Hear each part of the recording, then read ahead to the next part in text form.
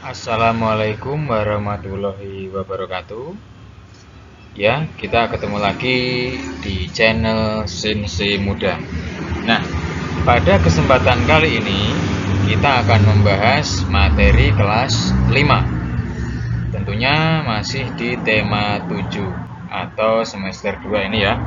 Nah, di materi ini yang kita bahas nanti adalah tentang materi mata pelajaran ilmu pengetahuan sosial, khususnya yaitu pergerakan kemerdekaan.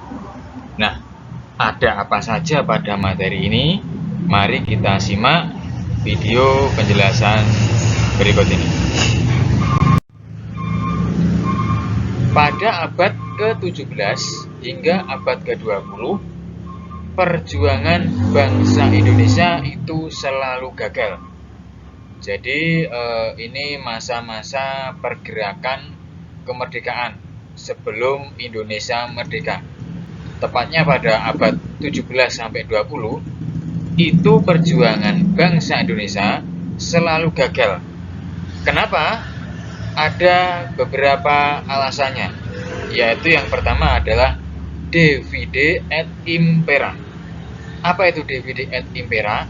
Yaitu politik adu domba.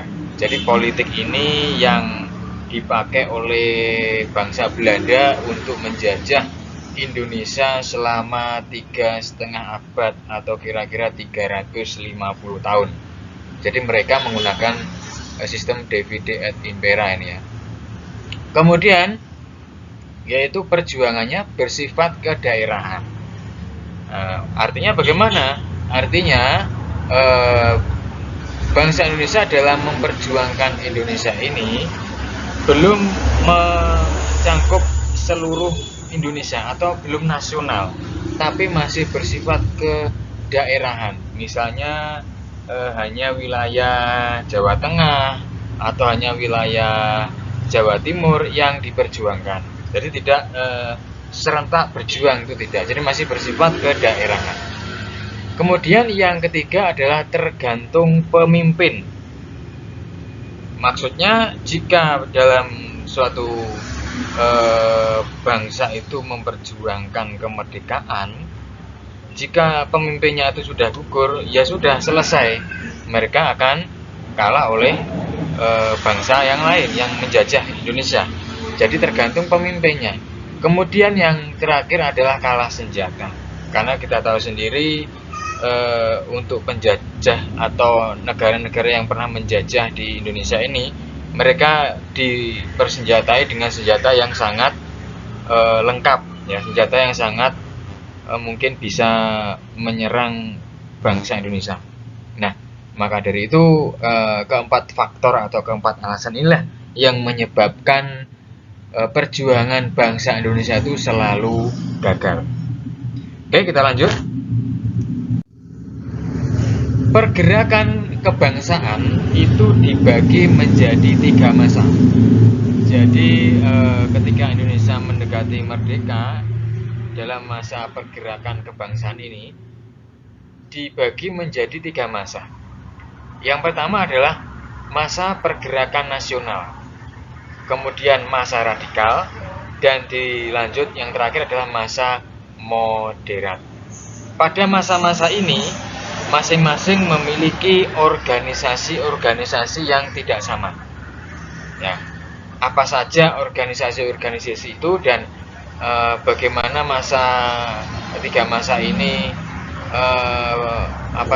dalam memperjuangkan Indonesia itu sifatnya bagaimana, kita ketahui secara satu persatu ya. Oke, kita lanjut dulu yang pertama, yaitu pada masa pergerakan nasional. Pada masa pergerakan nasional ini ada 2 organisasi, yaitu ada Budi Utomo dan ada Indische Partij atau disingkat dengan IP.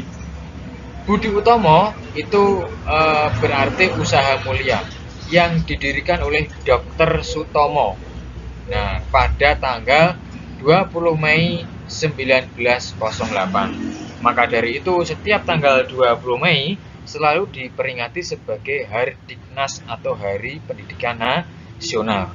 Ini organisasi Budi Utomo.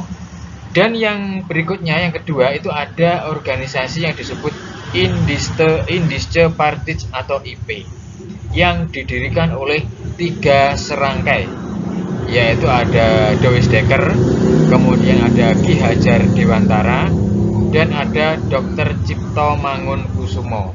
Ketiga tokoh inilah yang mendirikan organisasi Indische Partij atau sering kita sebut dengan 3 serangkai yang mendirikan ya. Oke, ini adalah organisasi pada masa pergerakan nasional. Kemudian setelah masa pergerakan nasional ada masa radikal. Ya, ada masa radikal. Apa itu masa radikal? Nah, pada masa radikal ini organisasinya tidak mau diajak untuk kerjasama. Itu ciri-cirinya. Jadi pada masa radikal ini, ciri-ciri yang utama adalah organisasi-organisasi yang ada ini tidak bisa untuk diajak kerjasama. Apa saja? Ada PKI, ada PNI, dan ada NU. Partai Komunis Indonesia, Partai Nasional Indonesia, dan Nahdlatul Ulama, mungkin yang sampai saat ini masih ada ya. Nah, ini adalah pada masa radikal. Kemudian yang terakhir adalah masa moderat. Nah, pada masa moderat ini organisasi-organisasi ini bisa diajak kerjasama, yaitu ada Parindra, ada Gerindo, dan ada GAPI. Nah, ini tadi adalah 3 masa pada pergerakan kebangsaan.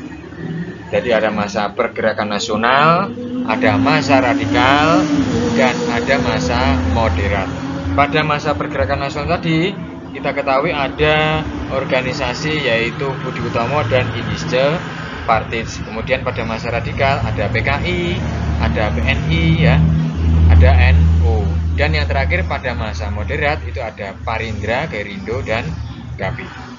Nah, demikian penjelasan tentang materi kali ini, yaitu tentang pergerakan kebangsaan. Mudah-mudahan materi ini bermanfaat dan bisa kita jadikan untuk wawasan bagi kita semua.